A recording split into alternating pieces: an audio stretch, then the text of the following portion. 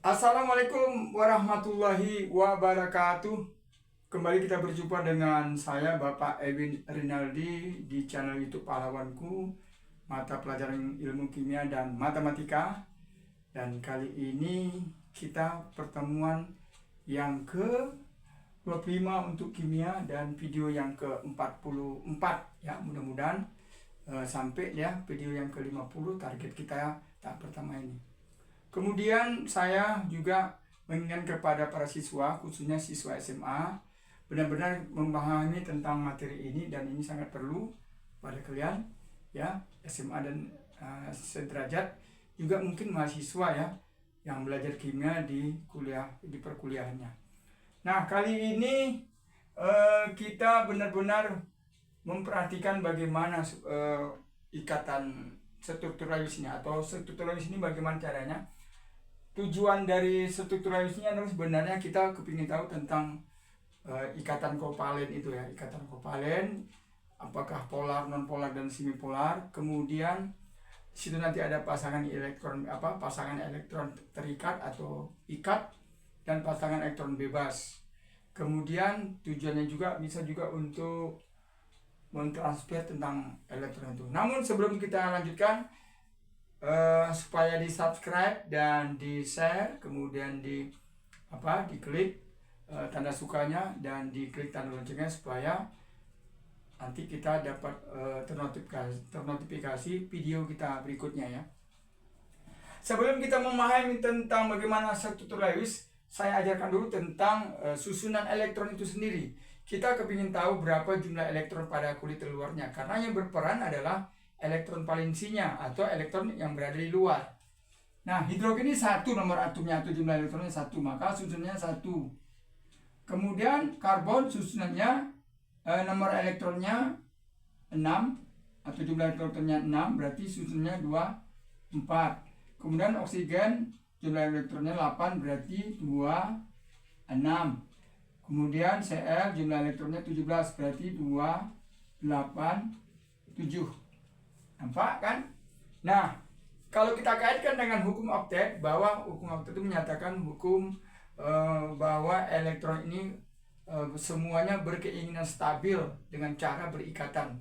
Makanya gas mulia terletak di golongan 8A itu jarang ditemukan unsur gas mulia ini berikatan sama unsur lain. Kalaupun ada, dia tidak lagi menyumbang elektron, tidak lagi membutuhkan elektron, dia hanya membentuk pasangan saja.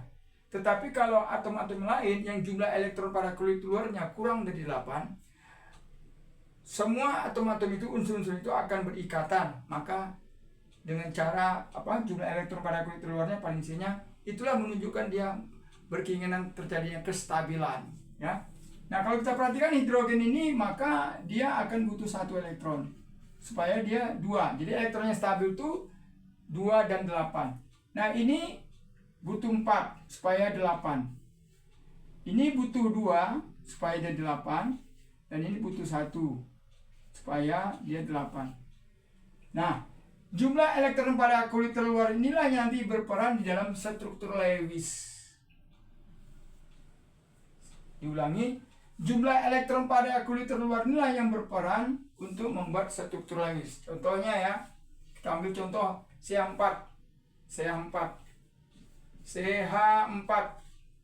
Nampak bahwa karbon ini jumlah elektron pada kulit luarnya 4 atau valensinya 4, dan banyak hidrogen 4. Otomatis pasti nanti hidrogen ini akan keliling, dia akan berada di sekitar karbon. Jadi karbon tadi jumlahnya 4, 1 jumlah elektronnya 2, 3, 4. Sementara hidrogen kan 1 nih, butuh 1. Maka masuklah hidrogen ini 1 di sini. Sini 1. Sini 1. Di sini 1. Ini menunjukkan bahwa inilah namanya struktur Lewis tadi itu. Dan ini namanya adalah pasangan elektron terikat. Nah, kalau kita kaitkan dengan pasangan elektron terikat dan bebas. Nampak? Nah, inilah disebut namanya struktur Lewis. Jadi kalau kita bentuknya seperti ini dia.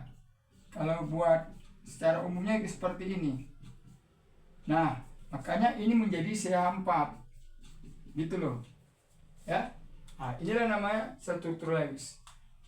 Jadi jumlah elektron pada kulit luarnya tadi C4 ya, 1, 2, 3, 4, dan dia pasti mau menuju 8, makanya berikatan dengan H1, dengan H1, dengan H1, dengan H1, akhirnya kan jadi 8. Hidrogen juga membutuhkan, masing-masing membutuhkan 1, akhirnya menjadi 2. Inilah disebut namanya struktur Lewis. Nah, ini masih mudah ya, masih mudah. Sekarang kita coba nomor 2 ya. Nomor 2 yakni H2O. Bagaimana pula H2O ini? H2O. Nampak bahwa hidrogennya ada 2, oksigennya ada 1, dan oksigen ini dia membutuhkan 2.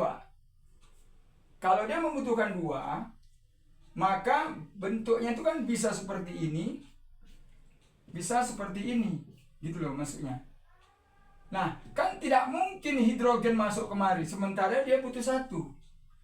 Maka bentuknya seperti ini. Di sini nanti hidrogen itu 1 di sini, 1 di sini. Nah, kalau kita hapuskan, ini dia. Nah, ini elektron dari oksigen, ini elektron dari hidrogen. Inilah namanya dia membentuk pasangan. Itu tulis tadi. Nah, oksigen jumlah elektron pada kulitnya keluarkannya 6. Ini udah ada 2, 1, 2, 3, 4, 5, 6. Nah, nampak? Nah, ini namanya adalah pasangan elektron ikat atau terikat. Ini namanya adalah pasangan elektron bebas kalau dikaitkan ke cara berikatannya. Nah, ini nampak? Nah, jadi tidak sulit sebenarnya. Yang penting kamu tahu jumlah elektron pada kulit luarnya dan kebutuhan elektronnya pada valensinya, pada elektron pada kulit luarnya. Ya. Nah, kalau ini tidak jelas, nggak mungkin, berarti yang 2 ini cari yang 2 juga, yang membutuhkan 2.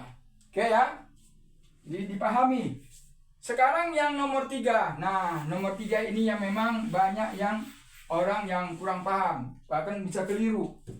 Bisa keliru ya. Nah, ini adalah senyawa ya, senyawa kalau kita pisahkan, kalau kita pisahkan asam klorat ini dipisah ya, maka menjadi H positif ditambah ClO3 negatif.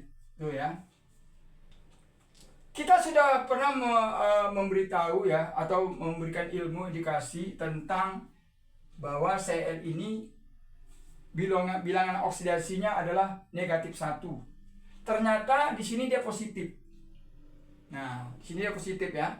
Nah, kalau begitu, kalau dia positif seperti itu, nggak mungkin dia nanti Cl ini langsung berikatan dengan H, nggak mungkin. Karena dia di sini positif. Tentunya oksigen hidrogen ini dia harus berikatan dengan yang negatif. Siapa? Ya O. Itu logikanya seperti itu. Makanya ada tanda negatif. Nah, ini logikanya ya. Ini logikanya seperti itu. Nih, sini O tadi. Di sini O, di sini Cl. Kemudian baru sini ada O, ada O. Karena O-nya 3. Ada yang keliru. Ini yang kelirunya. Ini. Nah, ini keliru. Ya, ini keliru nih ya. Nah, ini keliru. Ini salah. Dia tidak mengikuti aturan di dalam ikatan ionnya. Tidak mengikuti aturan seperti itu. Jadi ini salah. Seharusnya oksigen itu dia satu berikatan dengan hidrogen. Kenapa? Karena Cl tidak mungkin dia di sini dia adalah bermuatan positif atau biloknya positif. Nggak mungkin dia bertemu lagi dengan H yang juga positif. Jadi H sini positif. Maka yang bertemu adalah O. Gitu ya. Nah, oke. Nah, Cl tadi kan jumlahnya berapa? Jumlah elektron keluarnya 7. 1. Udah? 2, 3, 4, 5, 6, 7. Nah, makanya dia jadi 8 sama ini. Jadi 8 ya kan? Punya dia 1, 2, 3, 4, 5, 6, 7. Supaya 8, ini dia 1. Nah, dah? Ya. Inilah namanya pasangan elektron bebas. Pasangan elektron bebas ya. Karena dia tidak berikatan dengan atom lain. Nah, inilah namanya pasangan elektron terikat. Nah, oksigen tadi kan jumlah elektronnya 6. Maka 1, 2, 3, 4, 5, 6. Nah, gitu ya. Nitrogen. Bagaimana dengan oksigen ini? Oksigen ini kan jumlah elektronnya pada keluarnya 6. Apakah dia perlu lagi berikatan di sini dengan untuk pasangan? Tidak perlu. Nah, inilah namanya pasangan elektron koordinat, bahwa atom itu tidak menyumbang elektron pada atom lain. Di sini oksigen tidak lagi menyumbang elektron, dia nggak perlu karena sudah stabil. Maka 6 elektron pada O tadi 1, 2, 3, 4, 5, 6. Ya, gitu ya. Jadi ada elektron bebas 3 di sini. Nah, makanya oksigen 1, 2, 3, 4, 5, 6 supaya stabil, dia berikatan dengan Cl walaupun dia tidak nyumbang. Nah, itulah ini namanya ikatan koordinasi ya. Ikatan koordinasi, koordinat. Namanya kovalen koordinat. Namanya kovalen koordinat. Yakni pasangan elektron yang berasal hanya salah satu atom. Ini juga demikian, nggak perlu nyumbang karena sudah cukup. Maka pasangannya 1, 2, 3, 4, 5, 6. Inilah yang disebut namanya struktur Lewis, yang berkaitan juga dengan kovalen koordinat ya, dan berkaitan dengan pasangan elektron terikat dan pasangan elektron bebas. Mudah-mudahan kalian paham, dan memang agak sulit ya, agak sulit karena memang dari awal kita nggak paham ya, tidak kita ikuti yang mudahnya dulu. Jadi setiap pelajaran itu ikuti dulu yang mudah, pahami. Setelah paham baru kita bisa jenjang ke yang lebih sulit lagi. Gitu cara belajarnya ya.